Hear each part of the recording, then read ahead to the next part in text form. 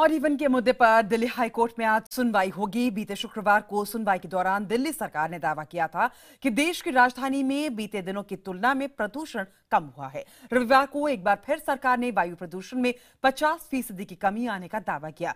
इन दावों के बीच आज तय होगा कि और इवन फॉर्मूले को आगे जारी रखा जाए या फिर नहीं। शुक्रवार को हुई सुनवाई के दौरान जहां दिल्ली सरकार ने प्रदूषण कम होने का दावा किया, तो केंद्रीय एजेंसियों का कहना है कि इससे कोई खासा फर्क नहीं पड़ा है, उल्टे लोगों की मुश्किलें बढ़ी ही हैं।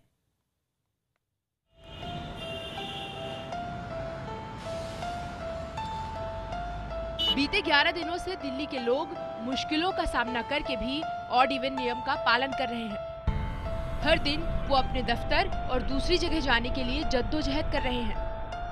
95% जनता दिल्ली में ऑड इवन को इसलिए फॉलो कर रही है ताकि उसकी दिल्ली स्वच्छ हो, ताकि दिल्ली वासी साफ सुथरी हवा में सांस ले सके। लेकिन 11 दिनों की इस जद्दोजहद के बाद भी दिल्ली वालों के लिए भ्रम की स्थिति है कि आखिर उनके इस प्रयास का नतीजा सार्थक है या नहीं। हालांकि शुक्रवार को दिल्ली हाई कोर्ट में सुनवाई के दौरान दिल्ली सरकार ने ये जरूर दावा किया कि पिछले 7 दिनों में प्रदूषण का स्तर घटा है। दिल्ली सरकार की तरफ से वरिष्ठ वकील हरीश साल्वे ने कहा कि सरकार का मत है कि आगे भी जरूरत पड़ने पर यह फॉर्मूला लागू किया जा सकता है। हमारा मुद्दा ये था कि अगर व्हीकल इन जनरल पोल्यूट करते हैं तो उन डीजल व्हीकल्स को रोका जाए जो पोल्यूशन कॉज करते हैं, या उन ट्रक्स को रोका जाए जिनके कारण पोल्यूशन होती है, या 2 व्हीलर जिनके कारण मैक्सिमम पोल्यूशन होती है। लेकिन सिर्फ कार्स को रोकना जो सब्सटेंशियल पोल्यूशन कॉज नहीं करते, ये डिस्क्रिमिनेटरी है। दिल्ली सरकार ने environmental pollution prevention and control committee के आंकड़ों के हवाले से दिल्ली में प्रदूषण कम होने का दावा किया। दिल्ली सरकार के आंकड़ों के मुताबिक 22 दिसंबर को दिल्ली में PM 2.5 का स्तर 448 था, जो 3 जनवरी को घटकर 351 हो गया। इसी तरह से 4 जनवरी को दोपहर 2 बजे PM 2.5 का 500 था, जो शाम को घटकर 200 हो गया। साथ ही दिल्ली में नाइट्रोजन ऑक्साइड छोड़ने का स्तर प्रति व्यक्ति 50% तक घट गया है। इसके अलावा सड़कों पर जाम भी कम हुआ है। इस समय जो पोल्यूशन लेवल जितना हाई रहता है उसमें नीचे गया है। इसका नंबर 2, कंजेशन फ्री हुई है दिल्ली। और पहले 25 लाख गाड़ियां पेट्रोल डीजल जलाती थी दिल्ली की सड़कों पर, आज 12 लाख जला रही हैं। और 12 लाख भी पहले जो 1 घंटे का एवरेज है तो आधे घंटे जला रही हैं, क्योंकि जहां दिल्ली वाले 1 घंटे में पहुंचते थे आज आधे घंटे में पहुंच रहे हैं। दूसरी तरफ सेंट्रल पोल्यूशन कंट्रोल बोर्ड और ministry of earth and science ने कोर्ट में जो रिपोर्ट दाखिल की वो दिल्ली सरकार के दावे के उलट है। इसके मुताबिक ऑड इवन फॉर्मूला लागू होने के बावजूद प्रदूषण का स्तर या तो बरकरार रहा है या फिर बढ़ गया है।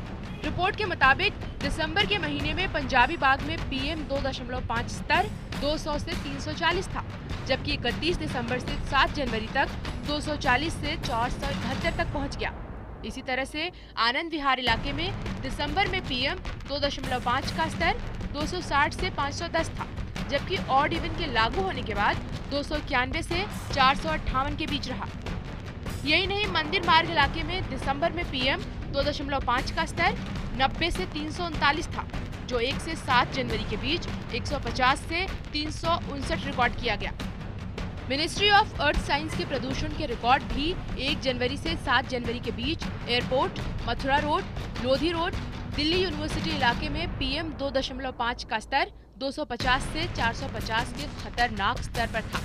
एजेंसियों की इसी रिपोर्ट ने विरोधियों को निशाना साधने का मौका दे दिया है। जिस प्रकार से करोड़ों रुपए फूक रहे हैं इस ऑड इवन के फॉर्मूले को, कि सिर्फ ऑड इवन ये वाला फॉर्मूला ही मान्य है और प्रदूषण इसी से कम होगा या बढ़ेगा। मेरा मानना यह है कि अरविंद केजरीवाल ऐसे सामाजिक मुद्दों से उनको बचना चाहिए। सुनवाई के दौरान सरकार ने कोर्ट में कहा कि वो कारों की संख्या पर तो अंकुश लगा सकती है, लेकिन भगवान से कहकर दिल्ली में हवा नहीं चलवा सकती। साथ ही ठंड भी प्रदूषण की एक वजह है। बहरहाल अब किस एजेंसी के आंकड़े सही हैं और क्या वास्तव में दिल्ली में प्रदूषण कम हुआ है, अभी दिल्ली हाईकोर्ट तय करेगा। और हाईकोर्ट के फैसले के बाद ही ऑड इवन का भविष्य भी तय होगा। दिल्ली से अमित पांडे के साथ ब्यूरो रिपोर्ट IBN 7।